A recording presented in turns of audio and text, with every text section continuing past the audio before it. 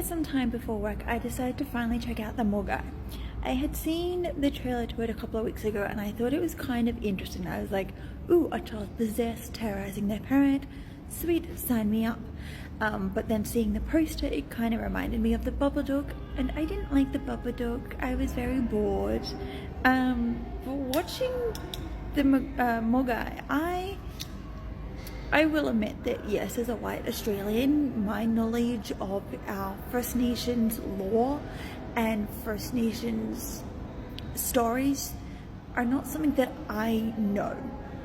So sitting through this, I was kind of expecting for me to be kind of confused, but I also walked out, not necessarily confused, but going, we didn't need supernatural elements. For like majority of the movie, it does feel like the Babadook. It feels like a woman who's given birth is dealing with postnatal depression, and you know, everyone's trying to actually help her, but she's refusing the help because she's terrified, because she's seeing in her dreams, seeing someone's trying to take her child, seeing this young girl coming in her dreams going, your babies are going to be taken away from you, you need to stay awake, you need to do this, you need to be the protective mother. And everyone's just thinking, you know, she's sleep deprived. It also doesn't help that the mother died during childbirth and then came back alive. So there's elements that it's like, no, your mind's just processing the fact that it's now alive. You're dealing with sleep deprivation, you're dealing with exhaustion, you're dealing with the newborn baby.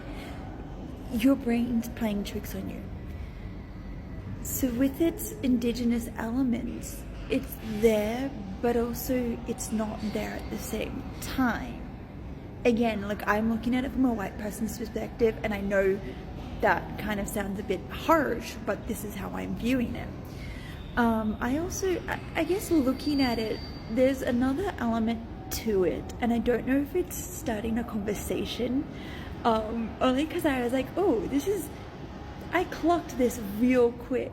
So Sarah and her family are the only indigenous people throughout the whole movie. There is Fergus, Sarah, Chloe the daughter, Ruth the auntie, mother, grandma, Jacob the baby, Agnes, which is this possessed dead child, and those are the only indigenous people. Everyone else is white.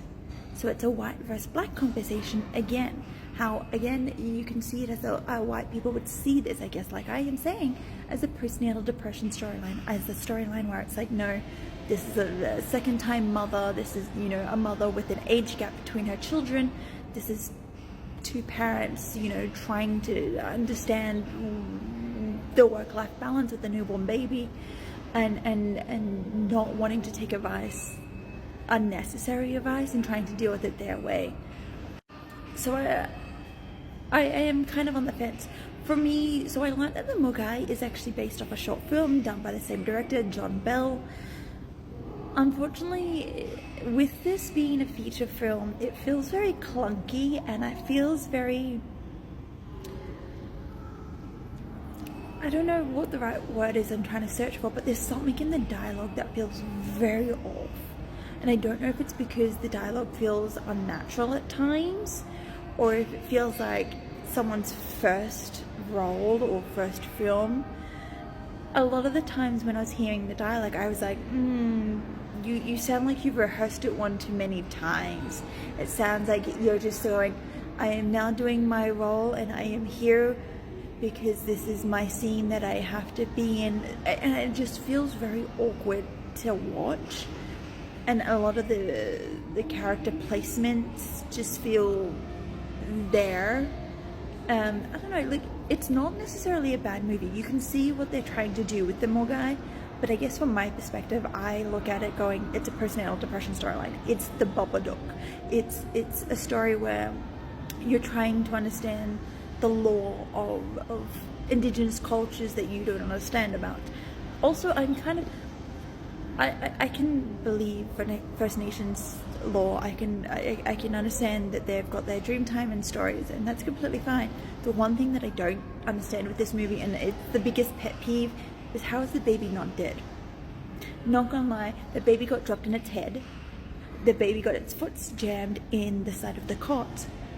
The baby didn't get fed for like a week. The baby got dropped a lot. This baby's like not even a week old. How's it still alive? Like, and I say that as someone who has like helped raise 3 children. Like, how's that baby in the movie not dead? Like, that's the only thing I don't believe. It's the only thing I don't believe out of this movie. But I would say that if you are a parent, if you do have children, this may not be for you. But if you could sit through the Babadook and you are a parent, this may be fine for you. But it's a really complicated thing. But it's there. It exists. I just don't know how I feel about the moogai.